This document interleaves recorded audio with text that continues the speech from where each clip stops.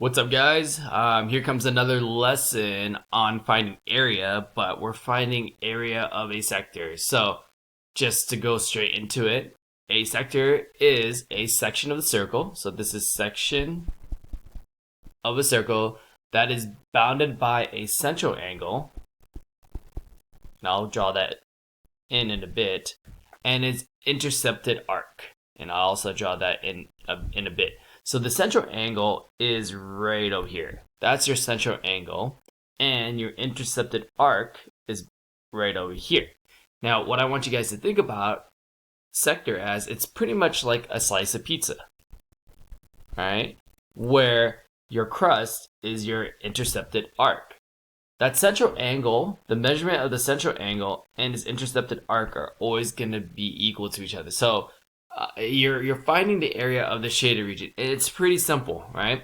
The formula is really quick, and all I want you guys to do is keep everything into decimal, change everything to decimal form, and round to 2 decimal places. So the formula is really simple. To find the area, and it's for all of it, okay, is going to be x, which is going to go ahead and be the measure of the arc, right, times pi r squared divided by 360, right? So we have our x being the angle and r being the radius. So you're just plugging 2 things in. So let's start off with problem like number 1. So they're asking us, well, what is the area of this shaded region? So we're going to plug it back in. So area is equal to, well, x is 51 because that's the measure of the arc, times it by pi r, not r, I'm going to erase that real quick. What I meant to say is the radius. So let's do some erasing. Drawing. So pi, and the radius is going to go ahead and be 16. How do I know? Well, they give it to you right here. They tell you that the radius from here to here is 16. So that's going to be 16 squared. And it's always going to be divided by 360, all right? So here's my advice, right? What I would do is just calculate the numerator first. I would multiply the 51 and the 16 squared. If you multiply just those two, and you can go out of order, you're going to have 13,056 pi over 360. So just to repeat that, what I did was I multiplied 51 times 16 squared to get me that number, all right? And then now in your calculator, what you should do first is multiply those two. So take 13,056 times it by pi, and then divide it by 360. And if you do it correctly, your answer is 113.94 feet squared. As simple as that. Okay, it's literally just plugging it in and just inputting the numbers into your calculator. Do not overthink this, all right?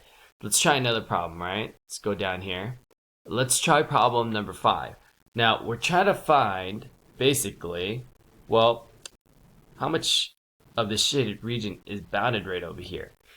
First thing is this, right? We must note that YZ is 9. So 9 is right here. It's our radius. So we have our radius. What we're missing is our angle. Now, the angle in this case is not the 42, because the 42 is bounded by the white region. We're trying to find the region of the actual shaded region. So to find the shaded region, a full circle is always 360 degrees. So to find the shaded region, so it'll be 360 minus 42. And when you do that, that's going to net you 318 degrees. So that's the angle measurement we're going to be using. All right. So now, what do we need to do next? Well, we just need to find that region that is going to be shaded. Whoops, that was not what I wanted to do, but that's okay. All right, there you go. So we're going to go ahead and find the region. Let's change it back to red.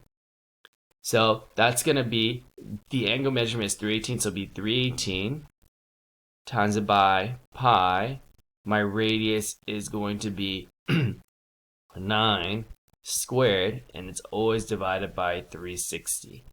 And then the next thing is, remember what I told you, multiply the 318 with the 9 squared. If you do that correctly, that should get you 2,000 25,758 pi divided by 360. And again, multiply the 25,758 pi with the together, and then divided by the 360. And if you do that correctly, that should get you 224.78 cubic inches. All right, let's do a couple more. Some of them, they get kind of funky, okay? So what I mean is a problem like number 11. Well, number 11, I want you to go ahead and notice that there's two pizza slices, but since they're vertical from each other, we just need to calculate one of them and then multiply by 2 at the end. So for number 11, we're going to go ahead and multiply it. So that's going to go ahead, that's 46, or let's actually do a quicker way. Since I know that this is 46 and this is also 46 by vertical angle, so let's add them together. So 46 plus 46, this is going to get me a total of 92. And so I'm going to go ahead and put it back together. So that's going to be 92 times pi. And then they say that HG is 7. So HG is right over here. Well, that's my radius, so that's good. So that's going to be 7 squared over 360. And then, again, multiply the 92 and the 7 squared. That should net to 4,508 pi divided by 360. And then last thing is multiply the top, press enter, then divide by 360. If you do that correctly, that should get you 39.34. Now, if you don't have a pi function on your pi button on your calculator, totally cool. Use 3.14 on the test. I'll make it very evident what the answer is going to be. Okay. All right. Here we go. Let's do one last one. All right. Let's do number 15. All right. 15 has a lot of, it looks complicated, but not really. I know the shaded region on the very bottom, that pizza is 58 degrees. We need to find this right over here. Well, that's half of a circle, and we know a full circle is 360. Half of 360 would make this 180. So that's going to be our angle. Next thing is that they give you that JM is 10. JM is running from here to here. And the issue is that in our formula, we're asked to find our radius. Well, we're asked to use radius, I should say. But this is the diameter. So what we need to do is take JM and divide it by 2 to find the radius. So the radius is going to be equal to 10 divided by 2, which is 5. So putting this all together, let's add up the 180 and the 58. When I add those together, that should net me 238 pi. My radius is 5 squared divided by 360. And then I'm going to multiply the top. That's going to go ahead and be 5,950 pi divided by 360. And the last part is, well, let's go ahead and multiply the top to divide by the bottom. You should get 51.92 millimeters squared. All right. So pretty simple lesson. Like, there's no trickery. It's straightforward. Find all the angles, add them up together, and then multiply by pi r squared, whatever your radius is, plug it back in, and it's always going to be divided by 360. All right, last lesson of the week. That's it, guys. We'll have a quiz on Friday, same routine. Take care. Bye.